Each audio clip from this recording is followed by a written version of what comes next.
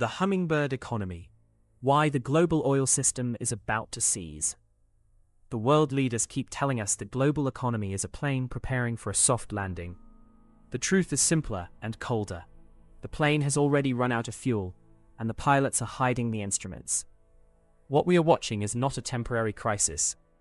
It is the structural failure of a system that was designed to be perfect, and therefore became fragile beyond repair. Imagine a creature that is breathtakingly fast, impossibly efficient, able to hover in place, and must eat constantly. That is the hummingbird. It has almost no fat reserves. It can't. The energy cost of hovering is so high that any extra weight would prevent it from flying. A hummingbird can consume 1.5 times its own body weight in nectar every single day.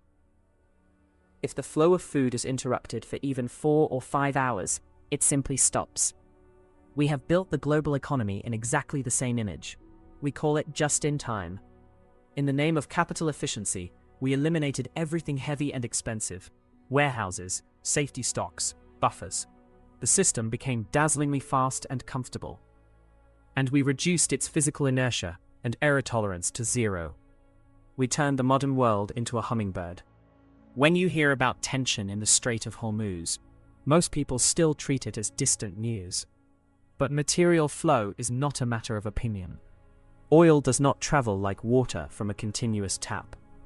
It moves as discrete, enormous masses, hundreds of thousands of tons at a time, like particles forced through a pipe. Think of a long convoy of trucks on a highway, each exactly 100 meters apart. If the entrance ramp is closed for half an hour, the trucks already on the road do not slow down. A 15-kilometer vacuum forms, and that empty stretch travels forward at full speed until it reaches the end of the highway hours later. Exactly the same thing happens on the ocean.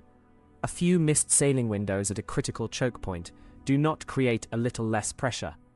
They create a vacuum bubble in the supply chain. That bubble does not disappear. It drifts across the ocean at the speed of the tankers and arrives at the refineries 30 to 40 days later. A refinery is not a garden tap you can simply turn off and on again. It is a vast, delicate, thermodynamic organism. Distillation columns, catalytic crackers, hydrotreaters, all living in continuous heat and pressure balance.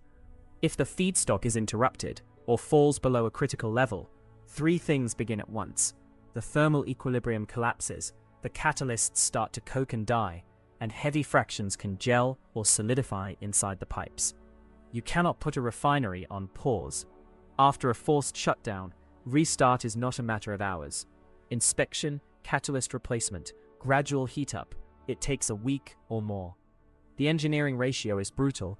1 day of missing feedstock creates at least 5 days of lost production. And if a unique valve or specialized gasket needs replacement, you meet the secondary vacuum. The spare parts manufacturer is also a hummingbird. This is no longer about cars or gasoline prices. Half of modern humanity is kept alive by nitrogen fertilizer made from natural gas and oil. When the ships and the plants stop, agriculture slips out of its biologically fixed planting windows. Biology does not wait for politicians. No fertilizer means roughly half the food. That is not inflation. That is global hunger. Meanwhile, the United States burned through its strategic petroleum reserve to hide the shortage. They have now reached the national security floor, roughly 200 million barrels. They cannot go lower without endangering their own military and domestic system. When that final valve closes, Europe and parts of Asia fall into a physical supply vacuum. Oil above $200 is no longer a market price. It is the moment the market stops functioning as an allocation mechanism and becomes a pure contest for physical survival.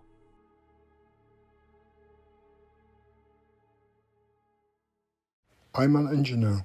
I model nonlinear systems for a living. What you just heard is not a prediction or a doom prophecy. It is system geometry. Most people believe everything will continue just fine. That is an illusion. On the other hand, the absolute worst-case physically collapse scenarios are also unlikely. The truth lies in the delayed physics. Right now, I'm finishing the oil module of my own simulation program, the global oil and gas logistics model. It runs on real-time port databases, IMF Chokepoint tracking, and PortWatch data. The numbers show a very specific pattern. The system is not collapsing today. Instead, a supply vacuum has been created right now. And because of logistics inertia, its physical consequences will hit the real world in about 9 months. I don't guess datas, I calculate windows, and the window is moving toward us. The simulation results are almost ready. Keep your eyes on the numbers and prepare your system accordingly.